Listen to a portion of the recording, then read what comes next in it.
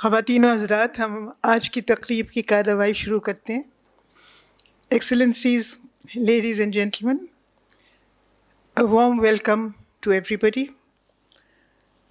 but a really very warm welcome to His Excellency, Mr. Wolfgang Kutschera.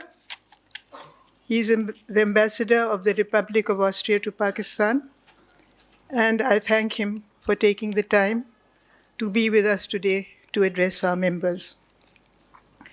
I also welcome Professor Dr. Stefan Hammer, who is Assistant Professor, Department of Constitutional and Administrative Law, Vienna University.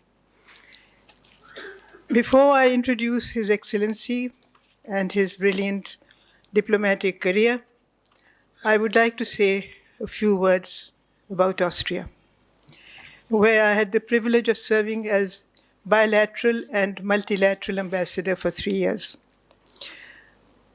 Austria is a country of 9 million people. It has a grand past and a very great presence. It is known as a cultural hub, but it is also a diplomatic hub. And some of the most important multilateral agencies are based in Vienna, like the International Atomic Energy Agency, the United Nations Industrial Development Organization, the Commission on Crime Prevention and Criminal Justice, the Committee on the Peaceful Uses of Outer Space, are all headquartered in Vienna. And I was privileged to represent my country in these agencies. But Austria also hosts the Organization for Security and Cooperation in Europe, which was established in 1992. And it also hosts the Comprehensive Nuclear Test Ban Treaty Organization, popularly called the CTBTO, which was established in 1996. So it is the diplomatic hub of the world. From Pakistan's point of view, the most important agency was the International Atomic Energy Agency, to which we sent our best diplomats. And I remember fondly the late Dr. Ishfaq Ahmed, who used to come for every meeting of the IAEA. He was the chairman of the Pakistan Atomic Energy Agency. I would like to, and it is a great privilege for me, to introduce His Excellency, the Ambassador of the Republic of Austria to Pakistan. He has a distinguished diplomatic career. He joined the Austrian Federal Ministry for European and International Affairs in 2004, and he has held many important assignments. He was formerly head of the Austrian Cultural Forum in Mexico, Deputy Austrian Ambassador to Bulgaria, Head of Unit European Union Development Instruments. He was Deputy Austrian Ambassador to Saudi Arabia, and he was also Head of Unit Civilian Aspects of the European Common Security and Defense Policy. And I also have the pleasure of introducing Professor Dr. Stefan Hammer, who has a brilliant academic career. He has served in various assignments in Vienna University, in the USA, in Slovakia, in Paris, in Ethiopia, in Delhi, India, and in Sarajevo.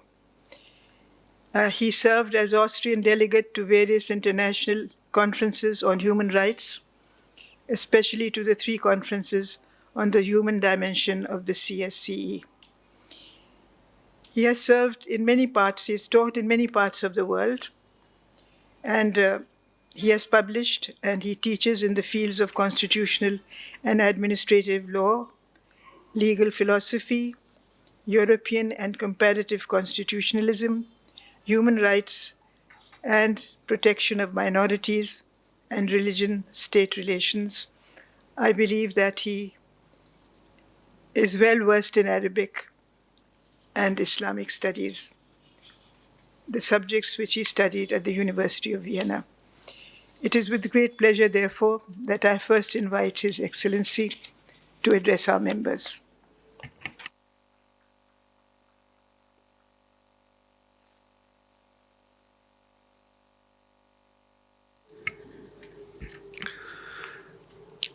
Thank you, Ambassador Dr. Masuma Hassan. Thank you for the nice introduction. Distinguished members of the Pakistan Institute of International Affairs, ladies and gentlemen, Assalamu alaikum, good afternoon. It is a great honor and privilege to speak to you today, so to say, to join the august circle of previous speakers here. And I think it shows your friendship for Austria, which I hope to sustain with you, to deepen, and it's really my honor to be with you here today. Allow me to begin by expressing my gratitude, or once again, to the Pakistan Institute of International Affairs for organizing today's session and for providing a platform to discuss a subject of profound global importance: the challenges to human rights in an era of global polarization, and the crucial role of dialogue, including interfaith dialogue, in addressing them. As polarization grows worldwide, societies everywhere, including my own, are grappling with questions of identity, belonging, and cohesion. In such times, human rights frameworks can come under pressure. Divisions can deepen mistrust, and mistrust can weaken our collective commitment to human dignity and fundamental freedoms. This is precisely why dialogue across cultures, religions, academic traditions, and legal cultures is not a luxury. It is essential. It helps ensure that discussions around identity do not devolve into exclusion, and that the protection of human rights remains universal and indivisible. In this context, allow me to mention a very recent and concrete example that shows the importance of the respect of human rights commitment. Pakistan is one of the partners participating in the European Union's GCP Plus scheme, which links preferential access to the EU market with progress in the implementation of 27 international conventions covering 4 core areas: labor rights, the environment, governance, and human rights. I had the chance to attend the first session between the delegation that came from Brussels with our colleagues from MOFA, and I was quite surprised into how many details the talks went. It was extremely exciting for me and very insightful. GCP Plus illustrates in practical terms that human rights obligations and economic cooperation are closely connected. It shows how essential the respect of human rights standards is for real-life outcomes, including economic stability and long-term access to international markets. Austria has been actively working in interreligious and intercultural dialogue for many years. These efforts are not reactive, nor are they tied to trends of the moment. They form a steady and deliberate part of how we engage with the world. At a time when global polarization fuels intolerance, misinformation, and fear, dialogue is one of the strongest tools we possess to counteract division and safeguard human rights. This year, Austria also launched a flagship initiative, the Dialogue Residencies, supporting civil society exchanges on dialogue-related projects. One such example is Professor Stefan Hammer's current visit to Pakistan. And as an embassy, I shall add, we're very happy that we were chosen, as Austrian Embassy Islamabad, as one of the first embassies to conduct one of these dialogue residencies.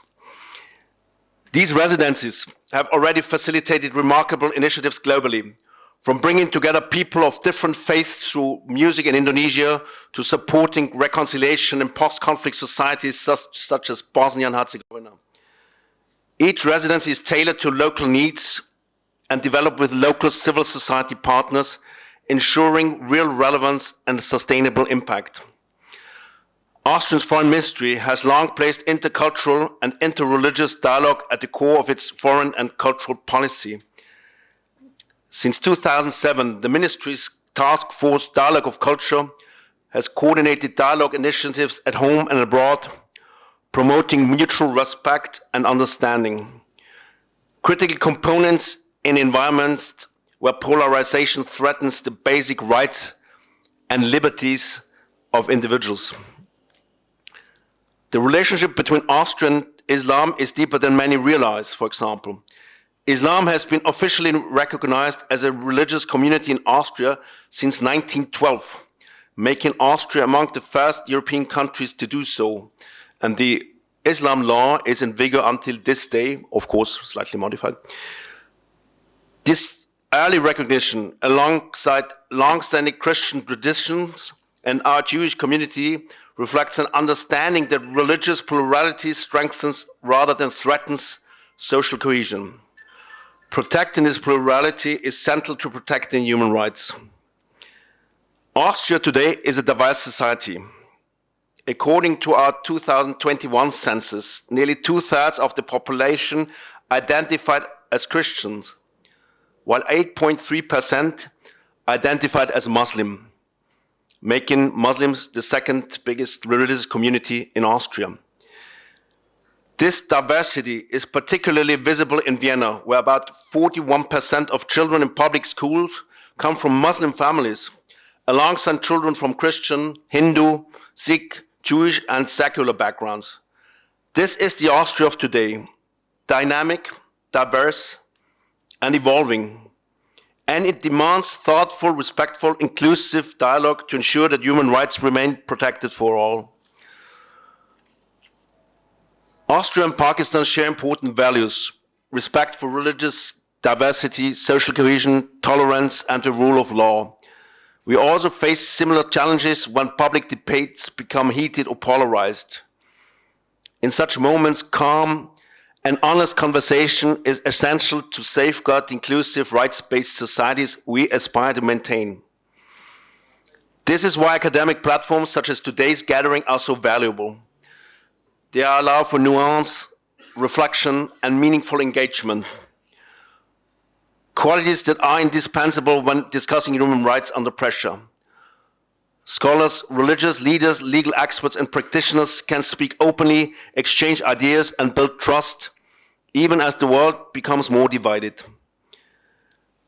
We are delighted to have with us Professor Stefan Hammer, a highly respected figure in interreligious dialogue and a renowned expert in constitutional and administrative law.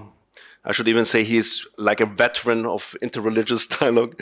He has worked in Africa, but he will get a chance to introduce himself. His work bridges legal philosophy, human rights, constitutional thinking, and interfaith reflection, areas that are interconnected in addressing the challenges posed by global polarization.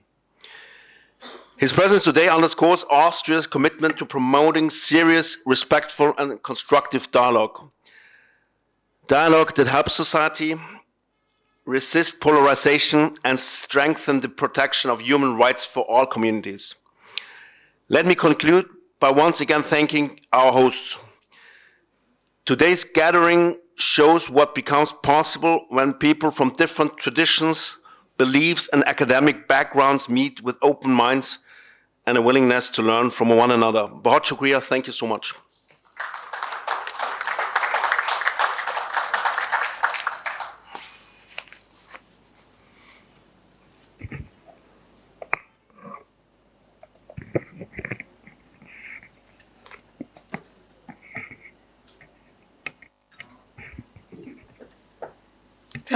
Thank you, Excellency, for your talk.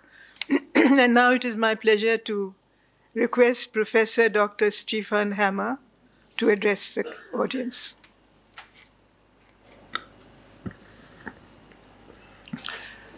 Thank you very much, Your Excellency and Excellencies, ladies and gentlemen, It is a great privilege and honor for me to address you in this prestigious institution. Assalamu alaikum. And I will go into the topic. But let me first point out what I will not address in this presentation, namely the major violent conflicts in the present world, which as such have the most detrimental impact on the safeguard of the most existential human rights. I will rather concentrate on divisive elements of an ideological nature. However, as we will see, these divisive factors also contribute to the readiness to engage in violence and thus contribute to the major threat of human rights of today. Let me begin with a major starting point for what can be termed the Universal Bill of Rights of today, namely the Universal Declaration of Human Rights adopted in 1949. It has become the basis of a series of human rights instruments adopted in the framework of the United Nations over the subsequent decades. Now, according to a widely shared perception, the Universal Declaration of Human Rights reflects a global consensus on human rights, as it has been preceded by lengthy and cumbersome negotiations among drafters from divergent religious backgrounds. However, over time, this assumption has proven fragile, if not deceptive. Since quite some decades, many voices, especially from the global south, claim that the Universal Declaration of Human Rights and the ensuing Universal Human Rights Bill, as I have termed it, does not reflect a genuine global consensus, but rather a Western concept of human rights marked by individualism, moral permissiveness, neglect of duties which should balance rights, and disrespect of community values rooted in non-Western cultures, and so on. Now, without going into detail, this points at a difficulty which has been pointed out also by Western political philosophy, mostly associated with so-called communitarianism. According to Western authors such as Charles Taylor, Michael Walzer, or Michael Sandel, the liberal claim of identifying universal rights and principles of justice on a purely rational basis acceptable to all humankind is bound to fail. Any conception of justice is necessarily rooted in certain anthropological images of the human, embedded in heterogeneous cultural ethics. Hence, the possibility of distinguishing between law and morality, or as the liberal thinker John Rawls has put it, between universal principles of the just and particular comprehensive doctrines of the good, seems questionable. Rather, the liberal approach itself seems to be based on certain comprehensive assumptions of concerning the human being. Now, John Rawls, excuse me if I indulge a bit into legal philosophy, which is part of my passion. Now, John Rawls himself offered a possible approach, which he has termed overlapping consensus. Even if you don't agree about the ultimate religious or philosophical foundations for human conduct, you might consent to similar outcomes that can be supported by divergent ethical foundations. This suggests an ongoing search for converging potentials among worldviews and religions, aimed at neutralizing ideological divides in society through solutions based on overlapping consensus. Now, two questions seem to ensue from this approach. First, is this approach ultimately suitable for arriving at a common substantive conception of human rights based on diverse ethical worldviews and religious doctrines? And second, what should such a global opinion-forming process look like when we want to arrive at such a common understanding of human rights? If we turn to the first question and look at current debates on rights and their limits, it becomes clear that not all deep moral disagreements shaping the conceptions on human rights can be resolved. Even if we detect common values in our respective moral convictions, it often appears that no overlapping consensus can be reached. In some questions, irreconcilable ideological divides may remain. And it seems that nowadays the divergence between various religions and ethical orientations have aggravated, both on the global and the national level. Let me give some examples, starting with the national level. Even within largely secularized societies of the West, profound disagreements increasingly come to the surface. Take, for instance, regulation on abortion, same-sex marriages, assistance to suicide, all the way down to rights of future generations or even animal rights. These issues reveal fundamental disagreements, even on such central concepts as personhood or personal autonomy, which are so dear to liberal Western thought. Now, such divides are further aggravated in contemporary multicultural societies. In today's globalized world, almost all societies are marked by profound cultural and religious diversity. And this can result in sharp disagreements on what legal regulations on living together should look like. Take in the West the heated debates on how to strike a balance between freedom of religion on one side and freedom of expression on the other side. Or, and this concerns maybe also other countries like Pakistan, should religious commands be reflected, let alone articulated in the state law? Should the law be uniform and equal for all citizens? Or should it differentiate according to religious affiliations? Or should it even express religious orientations that prevail in the respective society?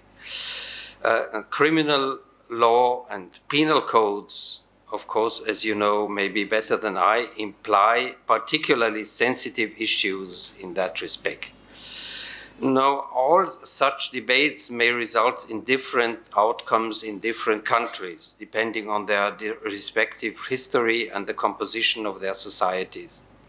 On the international level, this is reflected in an erosion of a global commitment to universal human rights.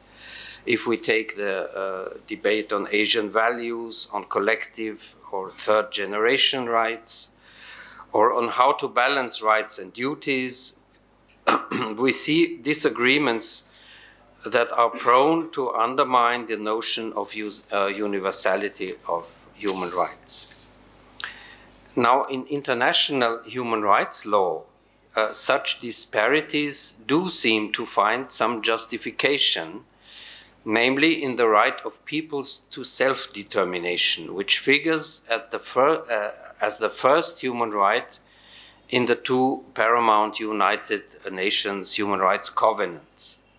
And under this right, under this human right, and I cite, all peoples freely determine their political status and freely pursue their economic, social, and cultural development. Yet this does by no means amount to a blatant human rights relativism. Rather, the substantive dimension of universal human rights is complemented by a procedural dimension, as I would see it, namely democracy. This is clearly expressed in the UN Summit Resolution of 2005, which takes up the language of self-determination and explicitly relates it to democracy. According to this document, and I cite again, democracy is a universal value based on the freely expressed will of the people to determine their own political, economic, social, and cultural systems, and their full participation in all aspects of their lives. Although the document asserts that there is no single model of democracy, that it does not belong to any country or region, all substantive human rights, however they are shaped in detail, are necessarily implied in such a process of democratic self-determination. The resolution of 2005 explicitly stresses that democracy, development, and respect for all human rights and fundamental freedoms are interdependent and mutually reinforcing. So, as a universal value, democracy thus requires universality of equal participation of all humans within their respective polities in substantiating, specifying, and implementing human rights. Based on democracy, this would enable an ongoing global discourse among global humanity on how universal human rights should evolve and be shaped. Now, it is precisely the lack of such a global participation which is most often being put forward as the main reason why the substantive content of the Universal Bill of Rights and the Universal Declaration of Rights cannot be considered as reflecting a global consensus, or if you will, a global overlapping consensus. On the one side, it is argued that at the time of adoption of the Universal Declaration, decolonization was far from accomplished. Especially African populations were still under colonial rule for quite some more time, and thus could not represent themselves. And second, it is frequently being put forward that also the newly independent countries which assented to the Universal Declaration had no genuine democratic government reflecting the will of the people. And it is especially this argument that resonates with what I frequently come across in many discussions also here in Pakistan. According to many, this contention is even true for the present time, and it is accompanied by accusing government of going along with Western interests amounting to neo-imperialism and so on.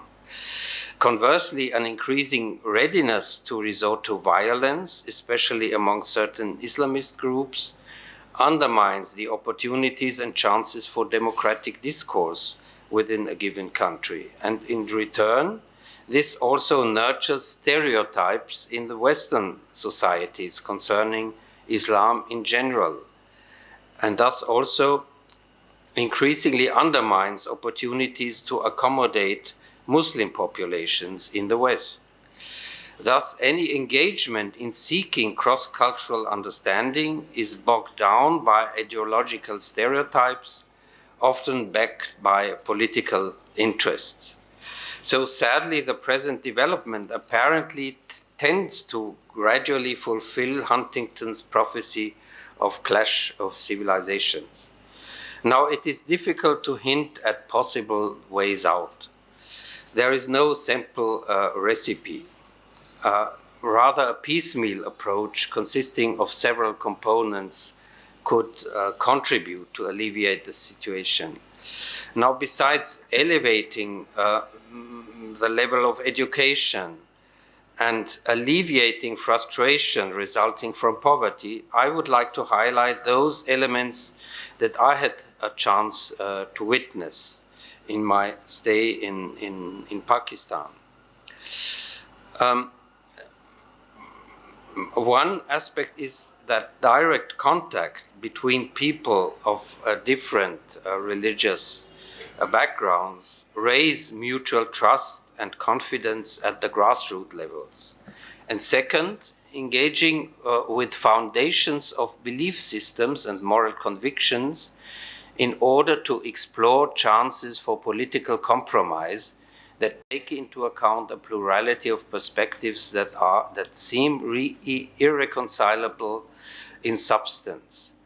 Now, compromising in fundamental ethical questions could seem as unprincipled, so to say, from all sides, as per definition, such compromises cannot fully satisfy any single of the conflicting religious or ethical doctrines and convictions.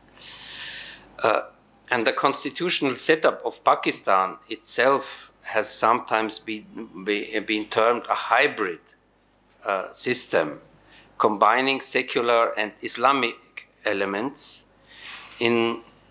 Sometimes it has even been added that this combination is an inconsistent one.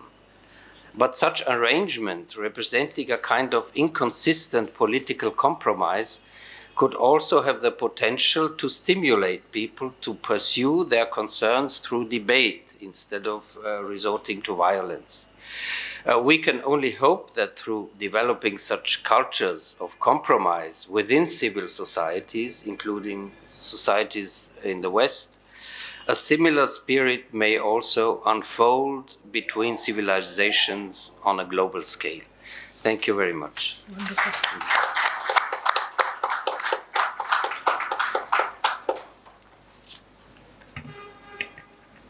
Thank you, Professor.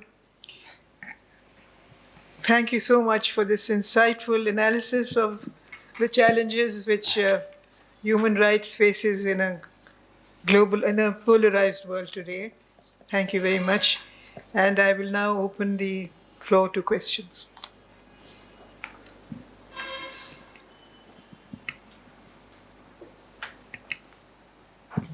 Thank you very much. Most insightful and stimulating discourse from both the distinguished professor and His Excellency. My question is that in the great professor's experience during your time here, how do you find that our society is equipped and ready for a dialogue? I mean, with the level of education, with the diversity or rather divisions of our society into economic, religious, cultural, stratification. On the one side, we can say it's a homogeneous, but I don't think so. So how does a dialogue can be carried out in this kind of situation? Thank you. Yeah, thank you very much for this question. Of course, it is one of the most difficult questions to answer, and especially for me as still an outsider. I mean, I have learned a lot about Pakistan and the setup or the conditions in very different segments of society. I've been traveling especially in the north, around Peshawar, and even in the countryside, to important madrasas, madaris, which have a high reputation among I would say pious Muslims. The same in Lahore, and I have also witnessed a lot of very impressive initiatives on the grassroots level in building bridges. Especially the Christian minority, which, as I have understood until now, are in a certain specifically difficult situation, as sometimes they are still perceived as somehow proxies, or as coming out of the ancient colonial powers, and still are in a special way attached to the Western ideologies, which are perceived as dangerous, as undermining Islamic identities, and so on. Here I really came about impressive examples of Muslim activists or devoted to promote understanding and to really bridge between local Christian communities and the surrounding Muslim population. They really, in my what I've come about, they very successfully managed to reduce suspicions, resentments, and were perhaps much more helpful than a self-defense of Christians would ever have been. So this is a very crucial thing, but of course, given the number of the population and of the neighborhoods, I would say, in this vast country, it cannot cover all conditions. So I was really very interested in talking to Muslim scholars in these very respected madaris, and I also had here I had the impression that, based on very profound developments of Islamic scholarship, they embrace, in fact, quite a tolerant and inclusive perspective, but possibly are they face some difficulties in really expressing these views widely and openly, because also they face some kind of difficulties with regard of extremist groups that are ready to exert violence even on them. So it will be and I mentioned other dimensions of political tasks that are big ones, and which I am not an expert on. But all these approaches taken together, there is no other way than engaging in promoting all these different approaches, and it is a kind of piecemeal work. But we have no other option than to engage in this. There is not one formula that can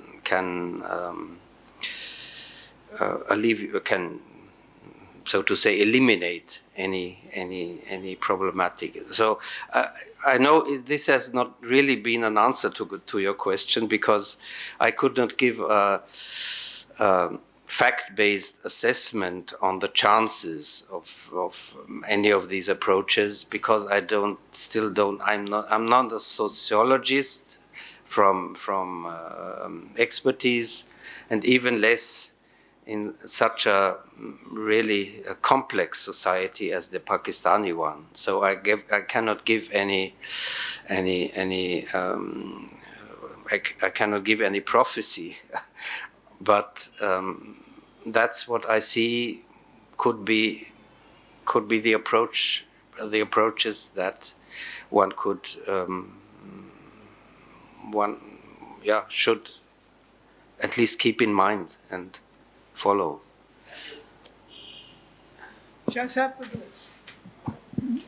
When you're talking about human rights, if a Pakistani man marries a woman who is a follower of the book, which is like Christian Jew, that marriage is registered in Pakistan.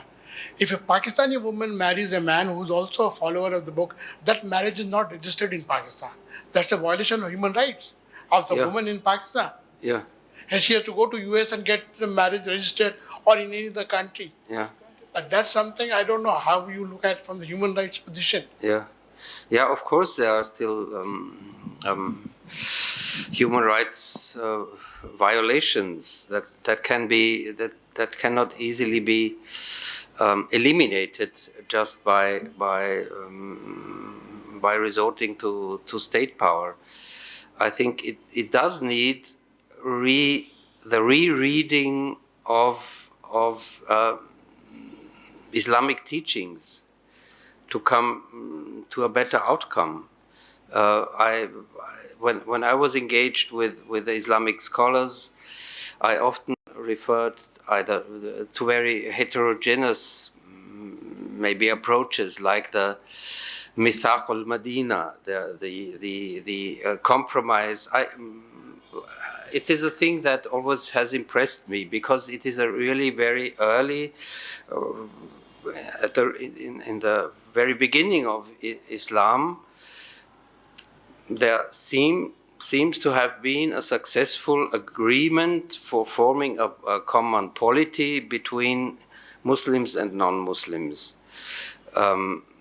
And both seem to have nearly equal status under this agreement, which cannot be which cannot derive its validity only on the basis of Quran or Islamic teaching, because equally non-Muslims, Jews, they were Ahl al-Kitab, but still they were not. They didn't follow the Quran or the revelation. So this did function to a certain degree. So apparently, and ideas like the one by Muhammad Iqbal, that also non-Muslims in the nation, in the republic, can join ijtihad. So this is a very open reading of Islam. And even those very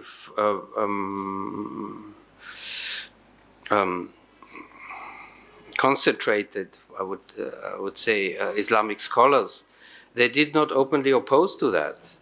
When I asked them, for instance, when it comes to, you have these Islamic injunctions in the constitution that no law may be repugnant to them.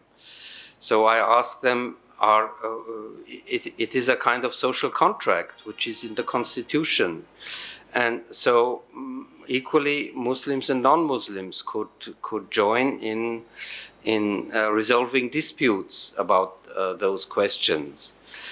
And this was also accepted, at least by some of them. So I was quite surprised.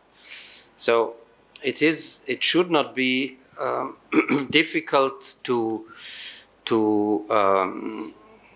refute extremist positions, which are often expressed on a very uneducated basis. The Islamists, they are not well educated. So if you engage in discussions with the foundations of Islamic thoughts, I mean, I cannot give you recommendations. I'm not the person here, and but it's just reflects the impressions I got when discussing and with interacting with many people and institutions that I had the privilege to see and visit. Professor, will you be writing about your interaction with these Yes, people yes. whom you visited and with whom you had held a dialogue or discussions? Yes, I intend to do so. Of course, although I am not an expert, I did begin some, studies in Islamic studies and Arabic, but I didn't complete this because I then delved into law, and this was also very rewarding. But I never lost the interest in Islam in general, and this has been continuous all through my life until now. And as I'm retired now, I can delve even more into Islamic studies again. And certainly I intend to make something out of this. But I still know that I have to catch up with certain expertise in many questions. We'd be very happy to publish your talk here in our journal, Pakistan Horizon. Yeah. It's the oldest social sciences journal in Pakistan. Yeah. It's been started publication in 1948. Oh yeah. So it's been in publication now Yes. for 78 years Yes, without a yes. break. Yeah. So if you could give this to me in a soft copy, Yes. and I then I could. would, with your permission, will publish it in Pakistan Horizon. I would be very honored. No, the honor will be ours. No, no. It's not often So- that we meet scholars as great as you are. Dr. can Sayyeda? just- Dr. Sayyeda? I can give it to you straight away. But then I'll have to get somebody to type it. Assalamu Can you send a alaikum. soft copy? No, I can leave it for you. I can. You can take it. Dr. Yeah. Sayyeda? Assalamu alaikum. My name is Dr. Sayyida Daud. I have a question about the religious madrasas, as you spoke about. Yeah. Since the students who are studying, the people, the Taliban, Yeah. Talib Ilm, they're studying in madras. They're from the poor background. Yeah. They cannot afford the modern education. Yes.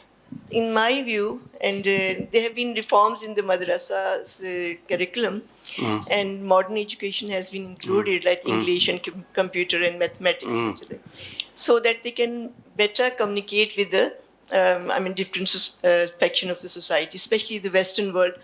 And there is a misunderstanding about the Dini madrasas in the Muslim world overall by the Western world. Yes. Since they are teaching the religious, the curriculum is based on Quran and Sunnah. So there have been misunderstanding about what they are studying, and they become terrorists later on and so on. So hopefully, I'm very hopeful about that. After changing of their curriculum and some reforms in their mode of education, they'll become better, citizen of the Muslim community, of course, and they can communicate with the Western world on better scale. On the other hand, the Western world has some misunderstandings about the Islamic education and the Muslim world and overall the perception and the historical background if you go through it. So in both of Muslims, Western world and the Muslim world, have to come closer. They have to discuss things, be open-minded about Islam and the Western society also. And somewhere there is some misunderstanding about both, and we are hesitating to, discuss those things. So there should be a platform like yours and yours. As you said, sir, that you have been hosting some residencies in Pakistan regarding some issues of the societies, like democracies and all these things. This is the first one in Pakistan. Actually. This is the first one in Pakistan. So whoever wants to answer my question, what were the issues in Pakistan which were discussed in your residencies during these discussions? Were they regarding Islam? Were they addressing Islamic issues? Were they addressing democratic issues of Pakistani society? What were they? Can you please share? So, it was I have a more theoretical approach, so I cannot really address practical questions of a political nature in Pakistan. But what we did address is questions of Islamic doctrine, but not only, because we related them to the constitutional setup of the country, which is very much there is a big interference between what you can call secular law and Islamic injunctions, as the constitution terms them. So I have been discussing all these issues with and I'm still I'm awaiting more discussions in Islamabad, also with constitutional experts in universities, but also with scholars in Madaris. And I think the gaps in these or the differences in the perception of the two, there might be some differences, of course, but they can be bridged from a theoretical point of view. It is not, and you are completely right that on both sides, or in both worlds, so to say, in the Western and in the Islamic world, there are a lot of populist, almost I would say, misconceptions that are exploited by populist political movements. Even Islamism, or the Islamist actors in these countries, I would call it rather, it is a very dangerous form of populism rather than a real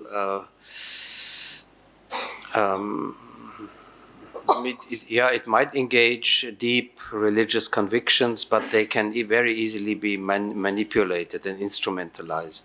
And in that respect, we are more or less in the same boat, because we have in the West these which come to the surface, these extremist ideas that Muslims should transform our societies into caliphates and things like that.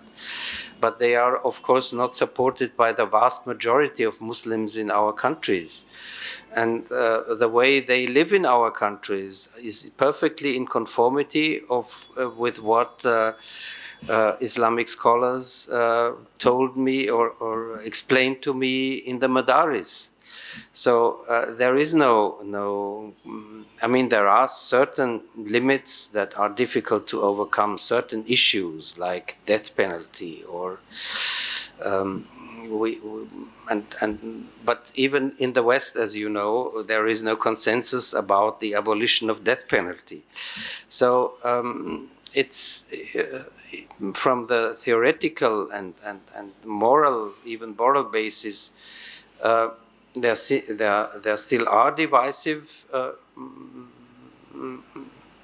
issues, but the floor is always open for debate.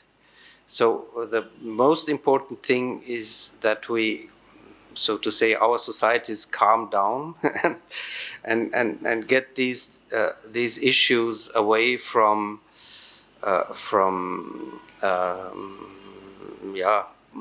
populist invitations to radicalism. Would you like to say? Be courageous.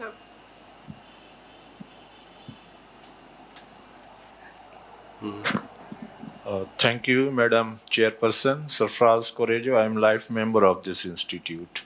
So as a preamble of my talk, I would like to acknowledge you, the flame and the flavor of Muslims. We have the two supreme role models, God and Prophet Muhammad. And we say that Rabbul Alameen and Rahmatul Alameen, God of universe and the prophet of blessed prophet for the universe. So it goes and falls under the interfaith harmony and interreligious harmony. And I would like to aid here through the good office of Madam Chairperson. Excellency, you said, rather my colleague, professor, that you have been visiting North.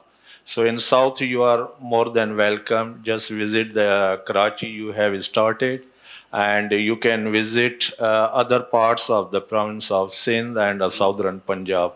Especially the academic interactions. We have the premier public sector university in Upper Sindh, Shah Abdul Latif University, Khairpur, and University of St. Jamshoro. I request you just to visit and just fix the timeline.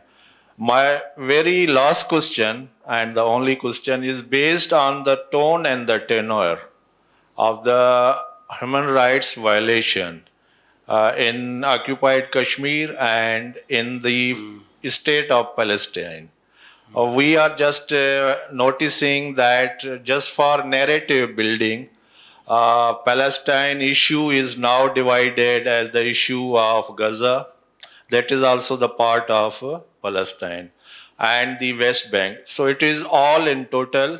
So the accord with the holy name of Prophet Ibrahim Accord is also crystal clear example in real sense.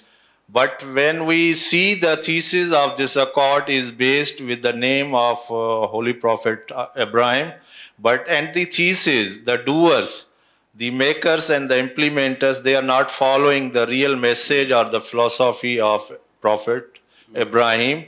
The killing, torturing, and mass killing of unarmed, it is totally against the violation of the human rights. So I would like to know, being the host of, as Madam Chairperson said, that Austria is hosting many international organizations headquarters, especially the human rights. So what is the opinion or the stance of Austria, and also very dynamic and diverse and inclusive member of European society on these issues, especially the Kashmir and Palestine? Thank you. Yeah. You should answer that. Good luck.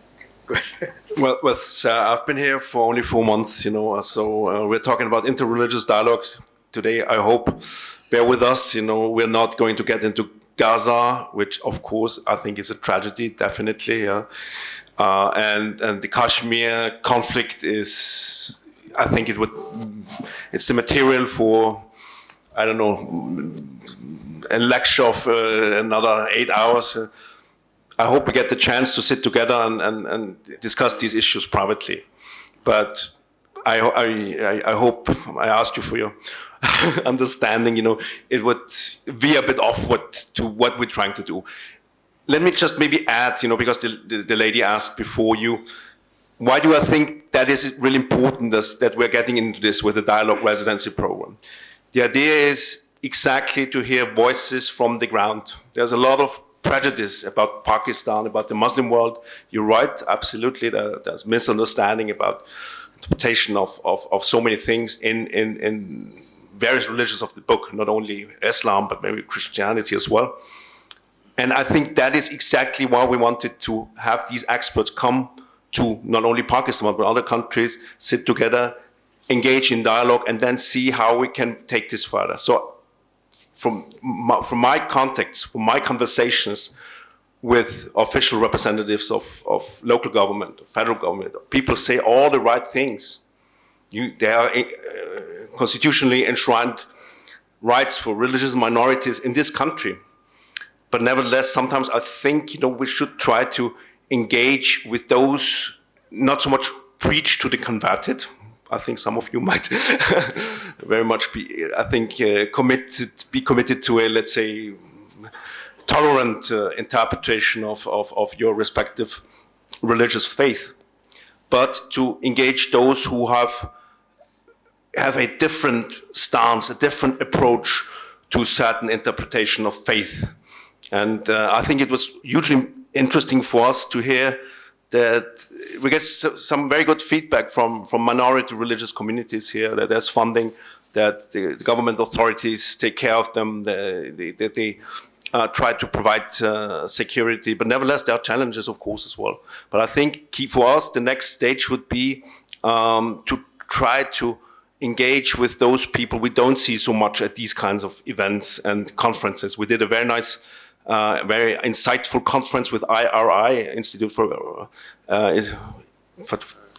Islamic Research Institute, which is a part of IIUI in Islamabad. And that was a big event with a lot of students, very insightful for us as well. But there was a gentleman, for example, who mentioned the way he thinks from a Muslim perspective, a dialogue should be conducted, which I found interesting, and I would like to continue the conversation with him on that topic. So sorry, sir, for not being in a position today to answer these questions about the Kashmir conflict in Gaza. But I think, you know, I think it might be no problem. Like a true diplomat. Well, thank you so much, His Excellency and Professor. Well, I'm Sana from University of Karachi, and my question is that when we study European Union or European progression of human rights historically, we have seen that there's a blind side when it comes to the discourse of decoloniality. And, you know, even the GSP plus status, we have seen that it is like a, you know, fact check that how much trade has been done there. But there's no acknowledgement from the European Union side or from the European discourse about the colonial wrongs that Europe has done and how the coloniality has impacted the right of self-determination, for example, the freedom of expression. So we see that there's a blind spot in that evolution of human rights in the European Union. So why do you think that there is this blind spot, and why Europe has not really exported, you know, they've exported the rights discourse, but not the decoloniality discourse. So what is your take on that? Thank you.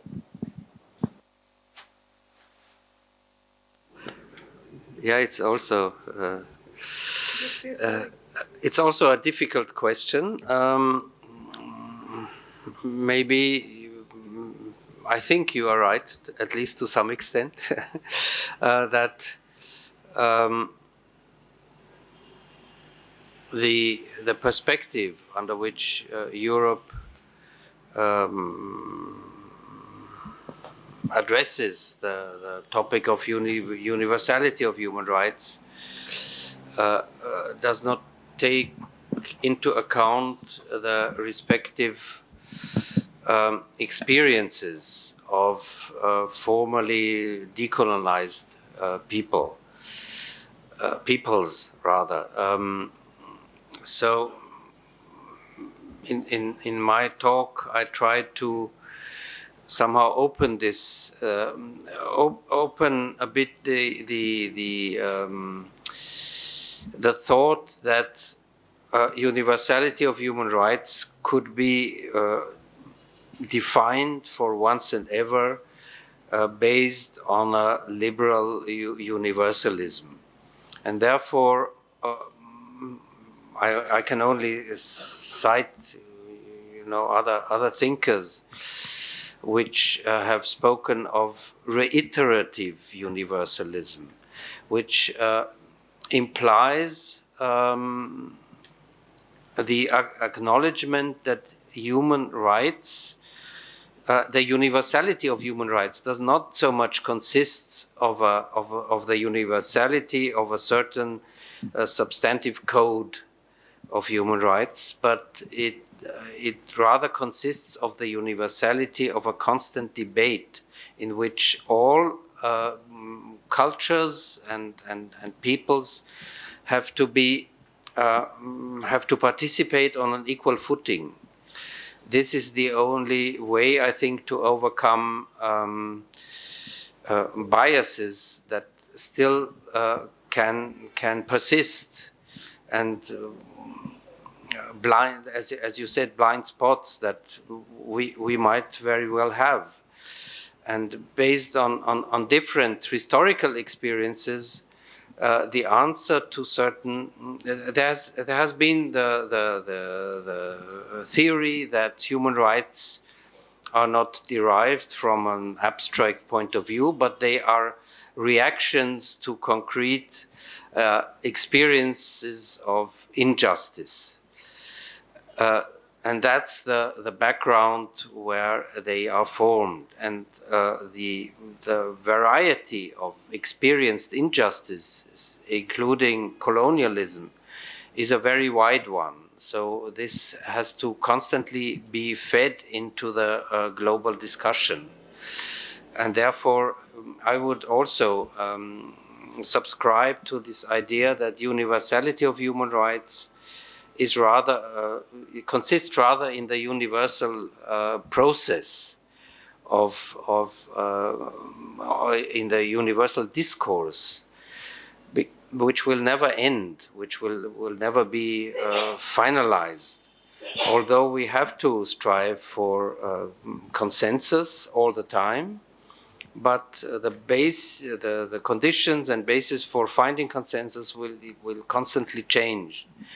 So I don't know if I have maybe somehow circumvented your the point that you have made, but I like to look into the future more than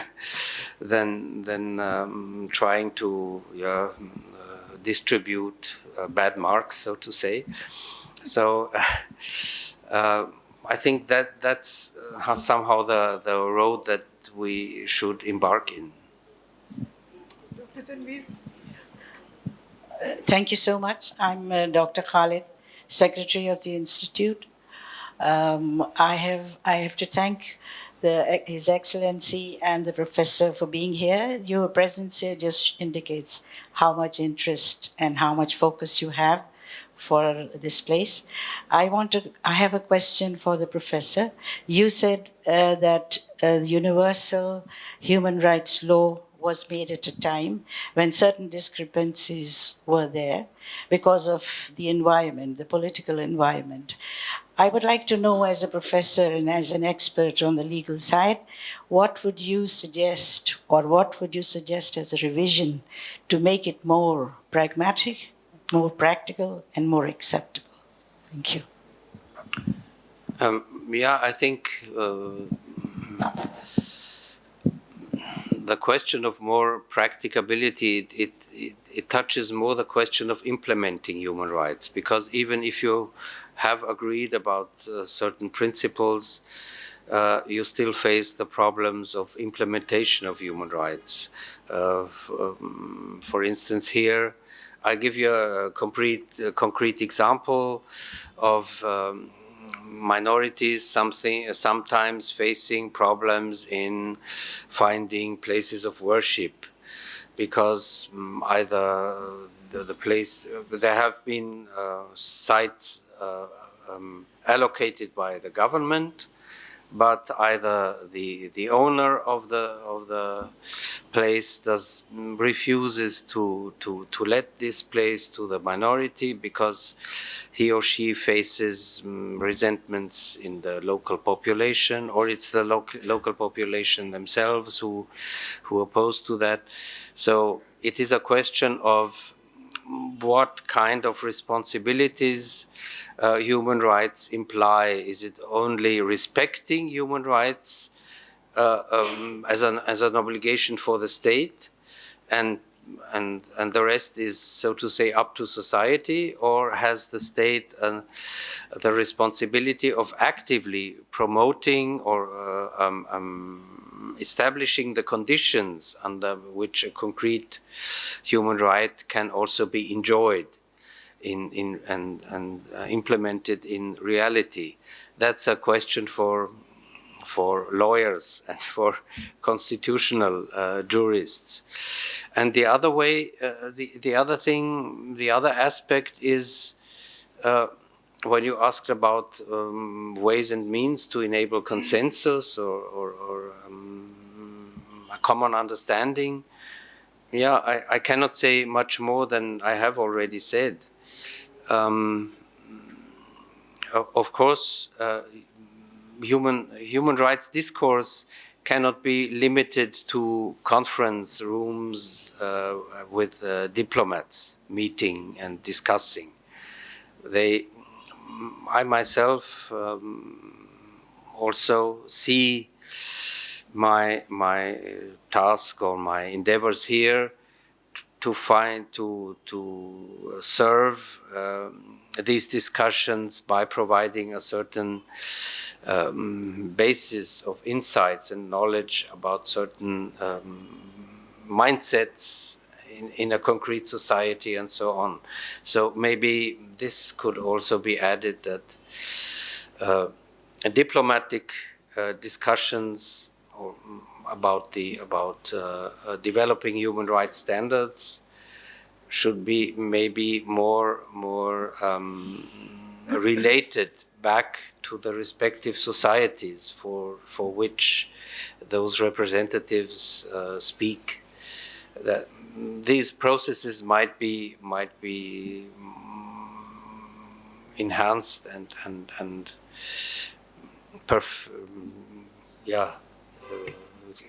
and given more perfection than they are right now. Maybe, I don't know whether this is a sufficient answer, but I cannot give any better answer for the time being. Is there a question from the research team? Yes, Usman. Sir, my name is Mohammad Usman, and I work here as a researcher. Sir, you highlighted the flaws in Universal Declaration of Human Rights, and then you also raised this question that should we have uniform state laws for all the different religious communities, or should we have different laws for different religious communities? So I would like your comments, and what do you think should we have? Thank you. Yeah, thank you for this question. But I think the point is that I think that entirely depends on the structure of the respective society. Societies that have long been shaped by a tradition of citizenship, of equal citizenship, and in which religion does not play the same role as it did in past times, they would probably never be suitable for differentiating, for instance, marriage laws and family provisions according to religious affiliations. The belonging, religious affiliation as such, in Europe has definitely lost importance for social well-being and for chances in the society. Previously, that was not at all the case, because religion, your social and even political status was dependent on your religious affiliation. This was, the Westphalian order in early modern Europe. But with secularization, political secularization, this has completely changed. People who are affiliated to religious communities, to explicit religious denominations, they are still shrinking, but this does not mean that religious or worldview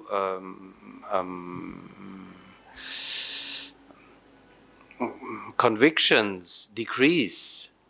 Are in decrease, but they cannot be attributed anymore so clearly to certain established religions. People have very deep convictions about, as I mentioned shortly, about the future of, for instance, rights of future generations. They sit in the street to act for climate measures, to act against pollution, and so on. So there are deep moral convictions, but it cannot be attributed to any denomination, religious denomination.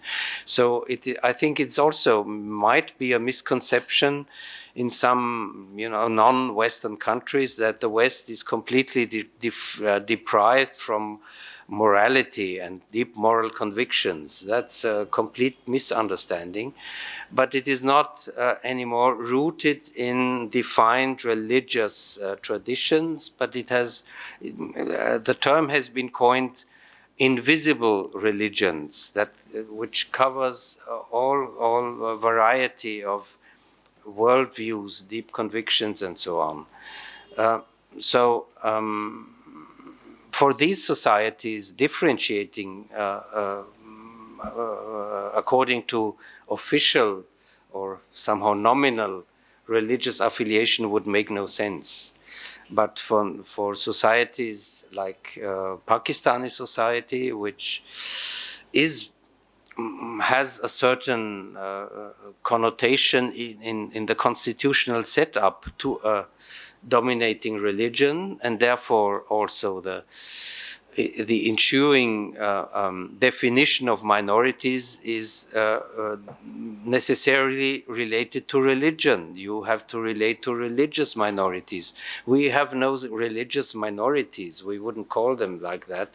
We have linguistic, ethnic minorities and all these kinds of things, but not religious minorities. But here in this country, you have religious groups that still are called minorities, although this is criticized, but that's how it is, and therefore you have to address these belongings it has to be reflected in the legal system in a much more explicit way than this can ever be thought of in secularized or pluralistic societies that increasingly tend to be marked by very individual and particularized moral convictions and invisible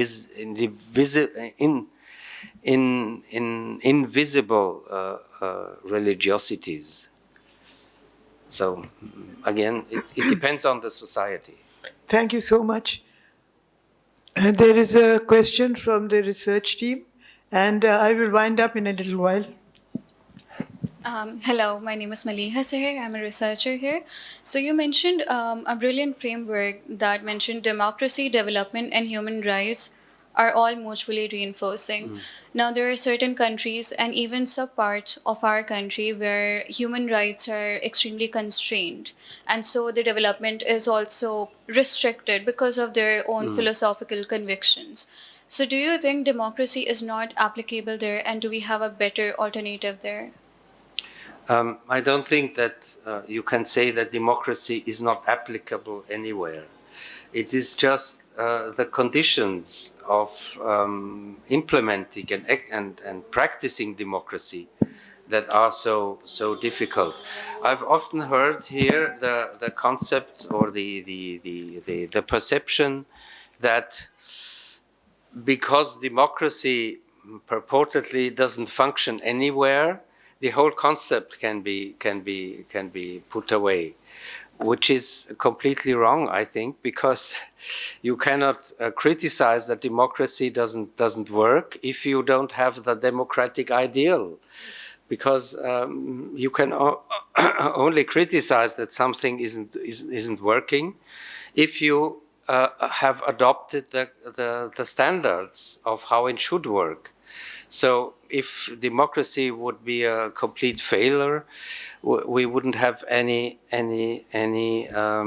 basis of criticizing the non-functioning of democracy, because then it is just a blurring or whatever, an illusion or so. It is very true that the functioning of democracy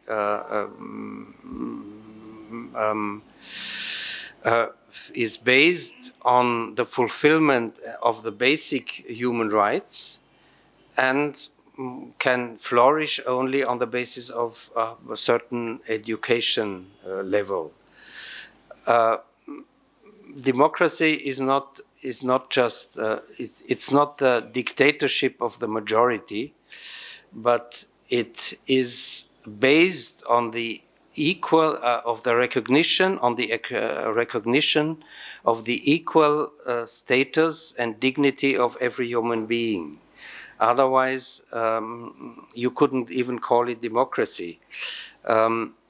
So it implies the recognition of basic human rights, and that's a very important point. That's why you can speak of this independence between, or interdependence between democracy and human rights.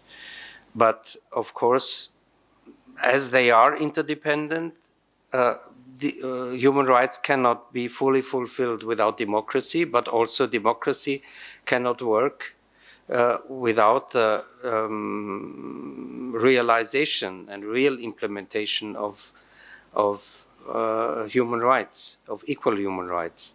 So this is, I mean, yeah, I can answer that.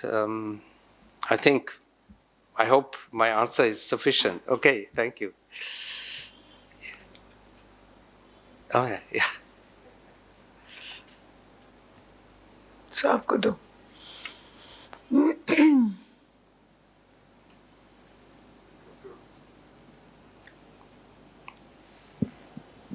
Thank you, Professor.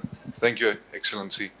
My name is Dr. Hussain Islam, and it's a pleasure to have you here. And to me, these books and this library is so great. It's just like food to your soul for people from the academic profession. I'll just have a comment and get your answer on a question. The comment which I have is the world is moving so fast in changing definitions of human rights and democracy that for the next seminar which we attend, it seems like a lot have happened in the world and every definition changes. So when we study the Human Rights Declaration of 1945, it all originated from the Nuremberg trial. So the Nuremberg trial was a great event. The World War II was over and we had a new trial which showed us the way what universal rights of human beings were. And then you had the Committee of Nations, which set up the United Nations, which worked fine for 100 years. And now, after 100 years, we see again humans are fighting each other, and you need probably a new regime to kind of solidify humans back in an era in which there's too much fighting, you get sick of it, and then a new regime comes up. And all these events, what you are hosting, leads to peace. Because there's dialogue. Because after every war, there's dialogue. So my question to you is that the world has moved on in a positive way. We've learned a lot from medieval times. Humans are still getting along. Then there's not much evil in the world, but it gets a lot of spotlight. Because you've got 6 billion people in the world who are still living together.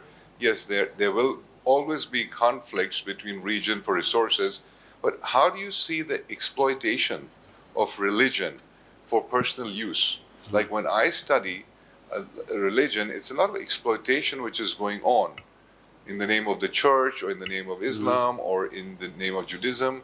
And certain groups would capture religion for their own benefits, throw money at the problem for their own gains. So how do you counter that? Because it's difficult, because if you don't have money to counter a project, it's very difficult and those projects keep on continuing. If you look at our part of the world, the Talibanization, when we were growing up in Karachi, Pakistan, 1970s was a beautiful era. We were having a great time. There were hotels. There was a casino which was getting built here. But then came Talibanization. Why? Because there was a need of the hour, and it was a scenario which was built that everybody had to go fight with the Taliban to get bad old Russia out of Afghanistan. So once you have a project... Out of Afghanistan. Sorry. Russia out of Afghanistan. Russia out of Afghanistan. So our narratives were all changing, and then you had a whole new generation which started believing in those concepts. Now, when a generation believes in a concept, it's very difficult to undo that concept and tell them what we did for 10 years, what we preached you for 10 years was wrong, and now what we're preaching you now is correct. So it's a whole generational issue, and when there's no money to finish up a project like that, then you have problems.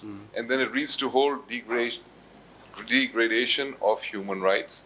Then you have communities which get marginalized, and the marginalized community will always have issues. Yes. So it is a complex world we live in, but again, there is light. There's positive light. There's so many interesting questions which everybody had here, and you had such positive answers. So I personally feel this dialogue should further continue. Yeah. And thank you once again for coming to Karachi and giving us your time and your expertise and wisdom. And thank you very much, madam, for hosting us. Thank you. Not at all. My pleasure. Thank you very much. Will you, since we are running out of time, would you give a short answer? There was still one lady who... Which lady? Oh, okay, I didn't see it. Okay, why don't you answer this one and then we'll take. just Or should we take the two questions together? yes, maybe. Okay. Yeah. आप May I not use the mic, please? I'm afraid of those gadgets. Assalamu alaikum. My name is Kutschera. I work with different communities and welcome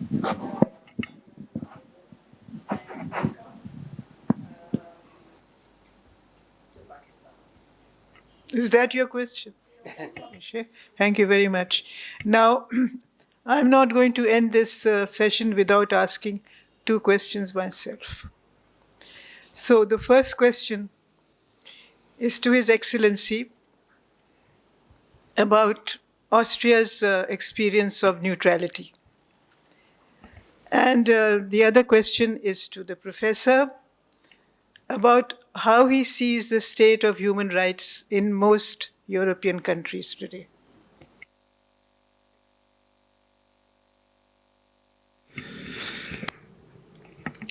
Well, thank you, Ambassador, for the question. With the Austrian neutrality, which I should specify, it's only a military one. We always have subscribed in Austria to, let's say, the Western world in terms of values and where we stand, But when initially it was more or less forced upon us so Austria was a part of the German Nazi Reich from 1938 to 1945, had lost its sovereignty, then for a long time claimed to be the first victim of National Socialism. That didn't go well. Yeah. So it took us a long time after World War II to become sovereign again. So the Soviet Union, the negotiations were dragging along. So a lot of people said Stalin wanted to drive a wedge between Italy and Germany, between the NATO states, together with Switzerland, and that's why more or less the precondition to regain our sovereignty and to see the foreign troops, the Allied troops and the Soviet Union troops leave, was to declare permanent neutrality according to the Swiss model. So back then, our political class was not so happy with that more or less forced neutrality. But over time, our population very much took to it. So in these days, you have a very clear majority in Austria that advocates for people are advocating for neutrality to stay around.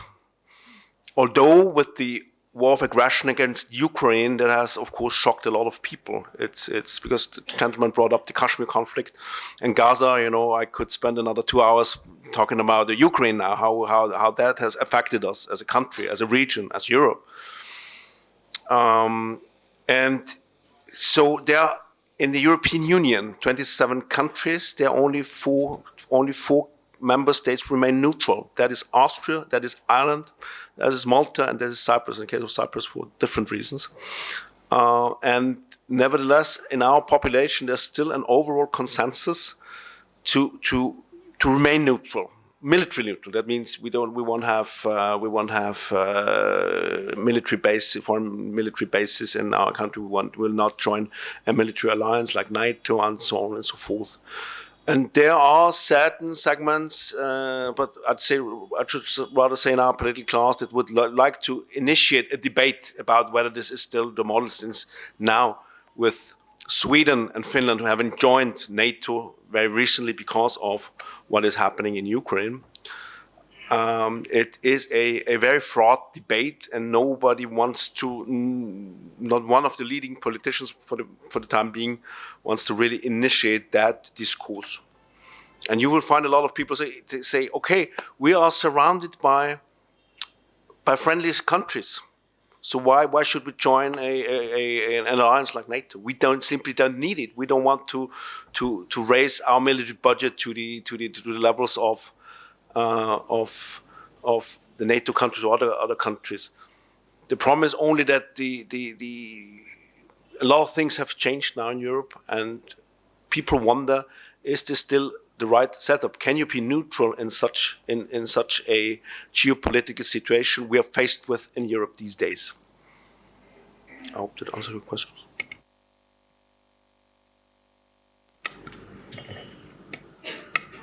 Thank you, Excellency. I put this question to you, Professor, because I think there may be certain discrimination even in Europe against certain communities, say like the Roma.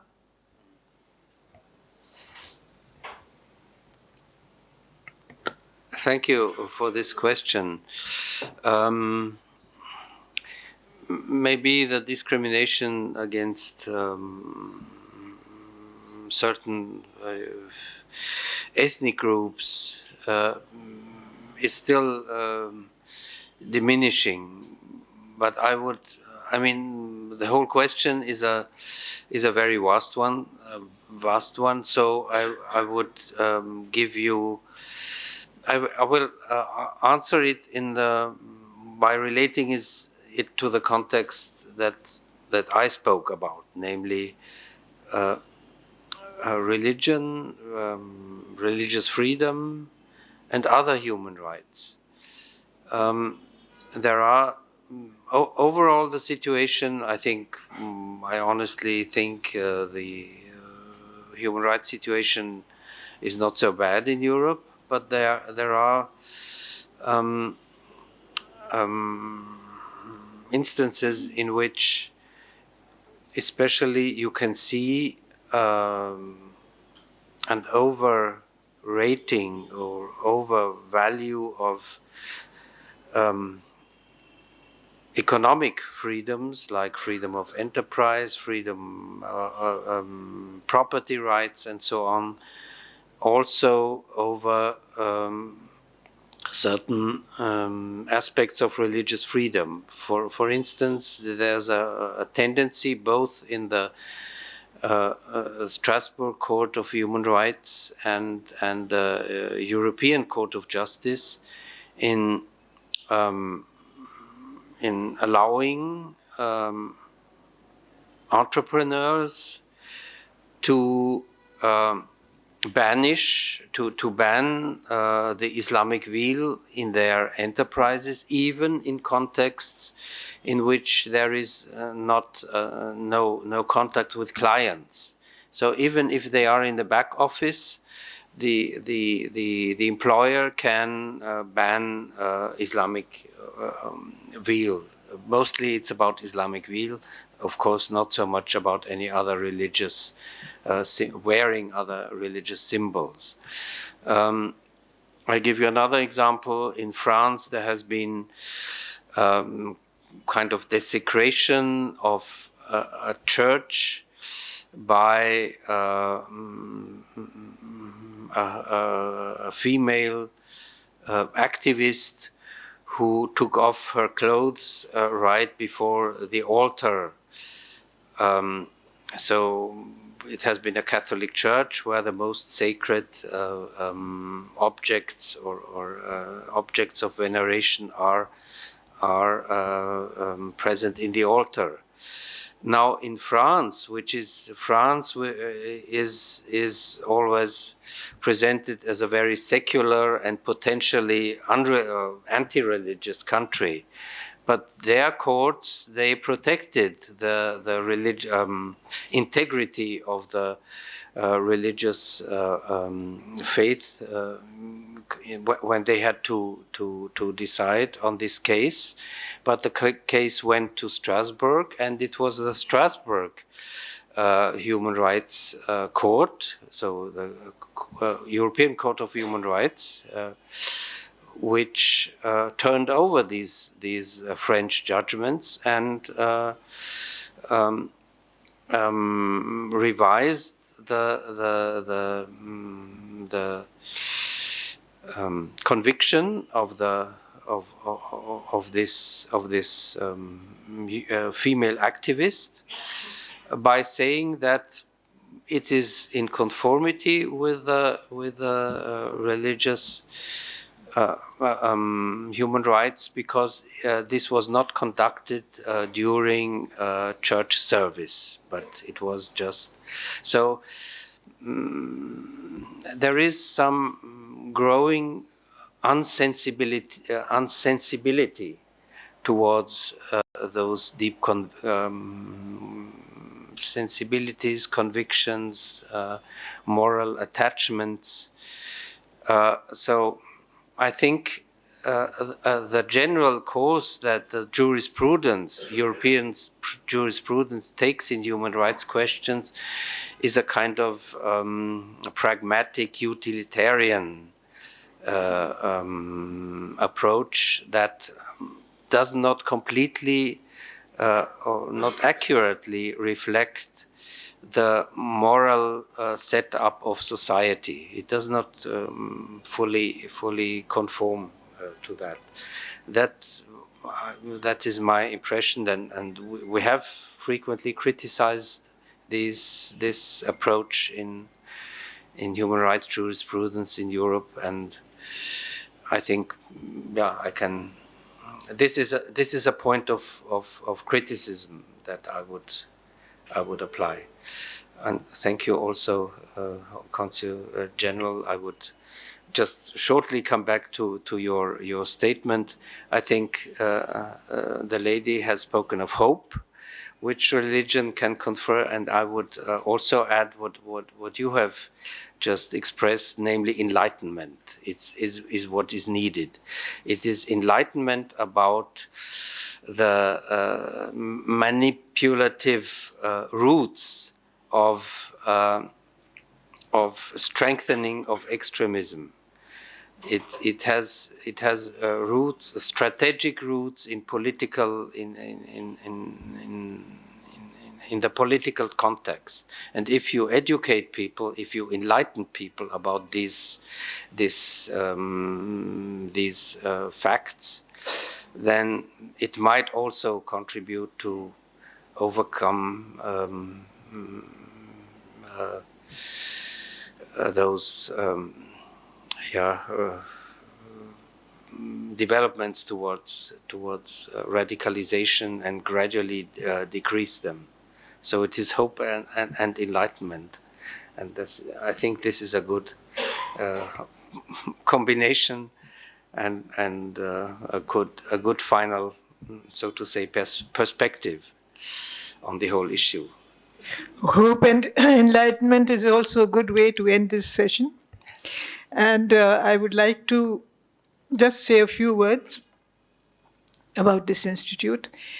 This is the oldest think tank in Pakistan. It was established in 1947.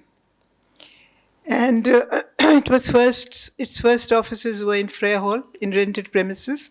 And in 1955, its founders built this building, which we own today, proudly own today. We are a private members association. This is not a government institution. This is an association of private members who are dedicated to study and research in international affairs, economics, and jurisprudence. And we have the oldest social sciences journal in Pakistan. It's called Pakistan Horizon. It's been in publication for 78 years. So, Excellency, there is a copy for you and one for you. Thank you.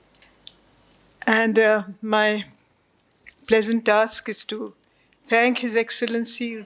From the bottom of my heart, I'm sure I'm representing the views of everybody present here and those who are not present here because of the rush on the roads, that we are so honored that you came over here. It's not just my love. It's not just my love for Vienna, but it's also because of your distinguished career as a diplomat. It has been a real honor. And thank you, Professor. I learned really a great deal from your discourse, a very great deal. And I invite everybody, please, to join us for a cup of tea on the ground floor. Thank you very much. No, it was such a pleasure.